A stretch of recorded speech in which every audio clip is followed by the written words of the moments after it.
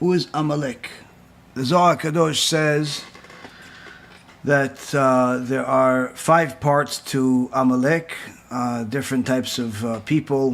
One part of Amalek is Jewish, one part of Amalek is not Jewish. So there is, in so many words, it's the common denominator among all of them is that they are people that are against the Torah. They're enemies of the Torah, they're enemies of God. And unfortunately, some of them are Jewish, but certainly there are non-Jews. Now, one of the things that a lot of people perhaps don't know is that, it's common for people to say that Germany, Nazi Germany, was Amalek because of what they did.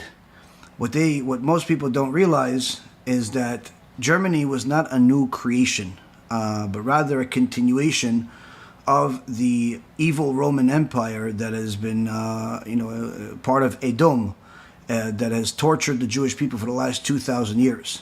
If you look at the history, you'll see that the Roman Empire that existed for approximately 500 years destroyed the Beit HaMikdash. In about 1,500 years ago, a little more than 1,500 years ago, they had a bunch of German barbarians that attacked them and caused a lot of turmoil. There was a lot of corruption in the leadership of the Roman Empire, which caused it to, not be united anymore. But that was only for the next couple of 100 years. After a couple of 100 years, in about the year 800, so about 1,200 years ago, they put the Roman Empire together, but this time they put it together with backings of the church, of the Christian church, and they actually and they called themselves Holy Roman Empire, not because they were really holy, but rather because they believed they were holy because they were connected to the idol worship of the church.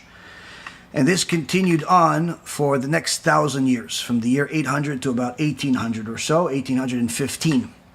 Now, so in so many words, the Roman Empire was there already for almost 2,000 years, 1,800 years or so, 1,900 years.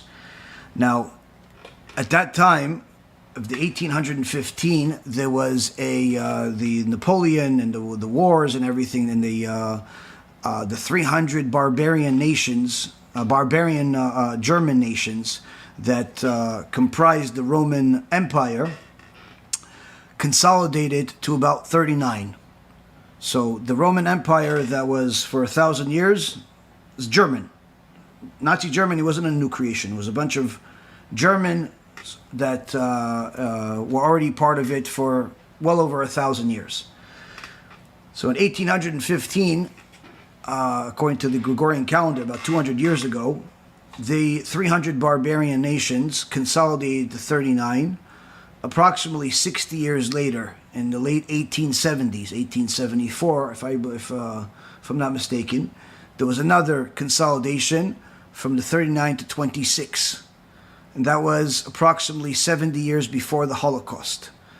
And then shortly thereafter, about a few decades later, the Nazi Third Reich was, got into power, and obviously the rest is history, Holocaust and so on. In so many words, we see here that there was a continuation of the Roman Empire. It's just called something else. Why am I mentioning this? Because the Gemara in Masechet Megillah, which was written about 1,600 years ago, around the time of when the whole Roman Empire that I mentioned to you took place, has in it that Edom is who is a Amalek. Amalek is Edom. Who is Edom? Edom is Germania of Edom, and the Gaon Vilna says Germania of Edom is Germany. Now, most people thought that this was a prophecy that he was talking about Nazi Germany. Now, although it may very well be his Ruach HaKodesh that is predicting Nazi Germany as well, but in reality, it's actually telling you what was happening at the times of the Gemara itself. That Edom, being Germania, that was another name for Rome. That was another name for the Roman Empire. They were Germans. There was just, and now after that, the Gemara says that the Gemara continues, says that if not for this Edom is 300 barbarian nations, that if not for their corruption and them warring against each other, they would eventually destroy the world, which is exactly what happened historically. If you look up on the internet, 300 German powers, or 300 German powers. You'll see that there's some history over there. There's a lot to read. You can read it if you'd like. And you'll see that there was 300 German states, you can call it, that consolidated. They were what made up the Roman Empire, and they eventually consolidated to 39, then 26 at the meeting of Versailles.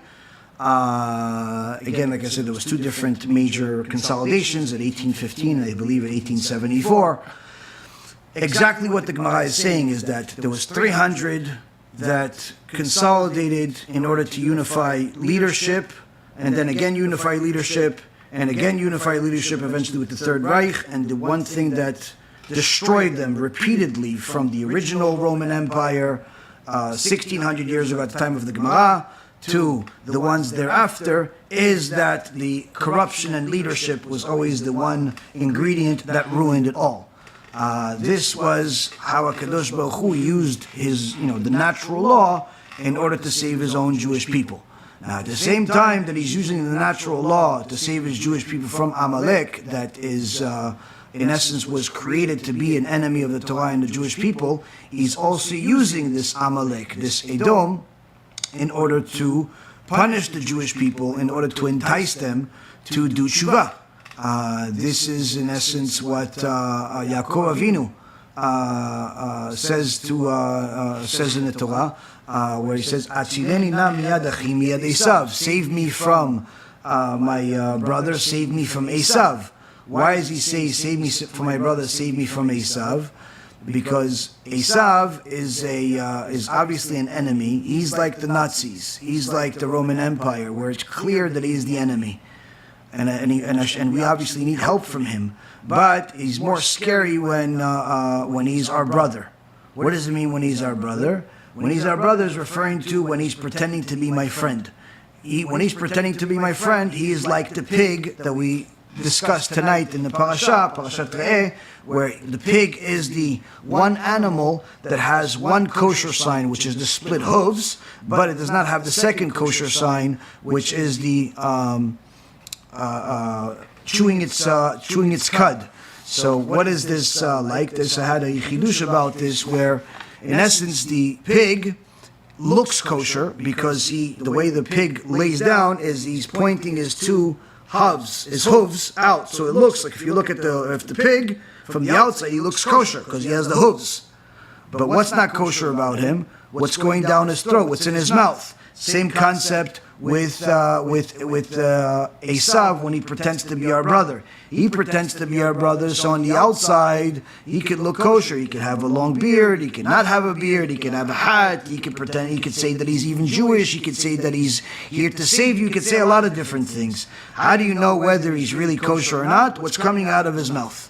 What's coming out of his mouth? How do you know if an animal is kosher? You have to look down. You have to understand what's going on in its mouth. What's going on in its mouth? That's where it's the most dangerous. Why? Because when he's Nazi, when he's Roman Empire, when he's the warrior that is looking to murder Jews, we need help from HaShem for that. We need help from HaShem, and HaShem uses that in order to entice us to do Teshuva. But why does that even come to play? Why does Hashem even send Amalek to hurt us? Why does he send Esav, Edom, to hurt us? Why did he send that? That's because we fell for the trap of the Esav that pretends to be our brother. We fell for the trap of the false speakers, the false prophets, the false leaders that are telling us that the Torah that we got 3,334 years ago is no longer the same Torah. So, and that's really the most dangerous part of Amalek. Is he has multiple parts, and they're all dangerous, but the most dangerous part is the one that pretends to be our friend. The one that says, yeah, we support Israel, but in reality they're only saying they're supporting Israel because they are being permitted to missionize openly, even though it's against the law. During the Corona shutdown, where people were literally in Israel were not even allowed to leave their houses, the government of Israel still allowed planes, jumbo jet planes full of Christian missionaries to enter the country without any problem, without any restrictions.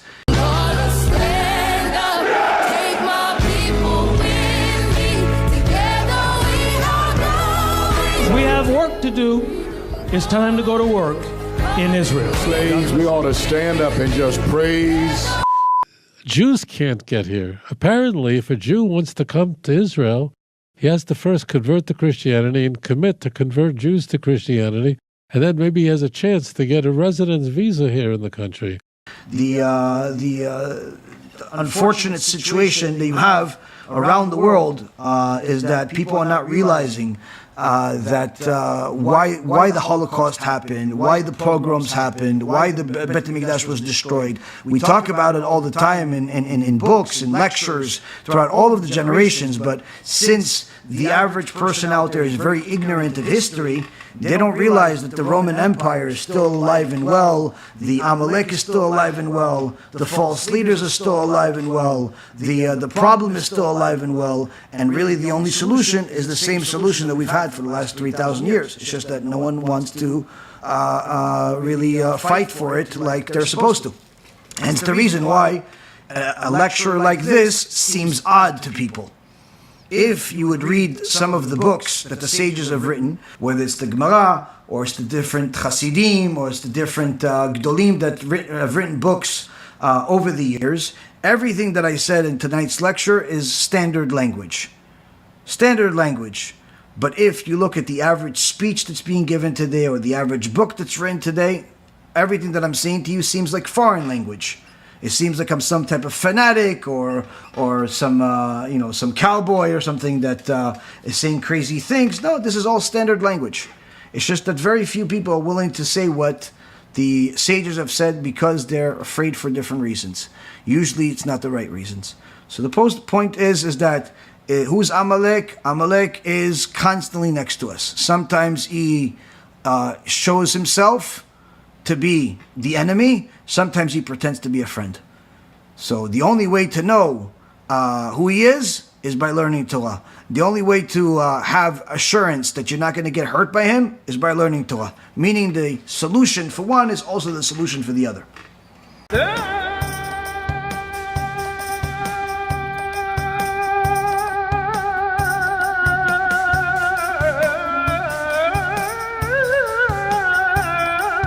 אם בחוקותיי תלכו ואת מצוותיי תשמעו ועשיתם אותם